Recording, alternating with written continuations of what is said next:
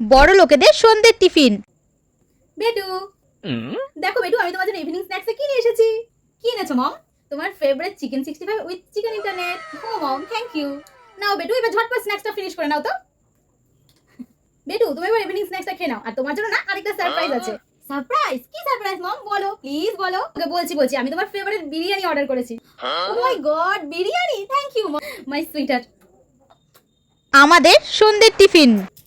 ও মা, কি হয়েছে? ও মা, আমার খুব খিদে পেয়েছে, সন্ধ্যাবেলা কিছু টিফিন দাও না। খিদে পেয়েছে? জল ঢালা ভাত আছে, চানাচুর দিয়ে মেখে খেয়ে নে। ও মা, আমার খুব ফুচকা খেতে ইচ্ছে করছে। ভাত খেতে ইচ্ছে করছে না যখন মুড়ি আর চানাচুর দিয়ে মেখে খেয়ে নে। ও মা, তুমি 10 টাকা দাও না গো, আমি বাড়ি থেকে কিছু কিনে খেয়ে নেবো। যখন তখন এসে 5 টাকা দাও, 10 টাকা দাও, 10 টাকা দাও করে যাবে। কোথা থেকে দেবো? তোর বাবা কি টাকার গাছ লাগিয়ে রেখেছে নাকি রে?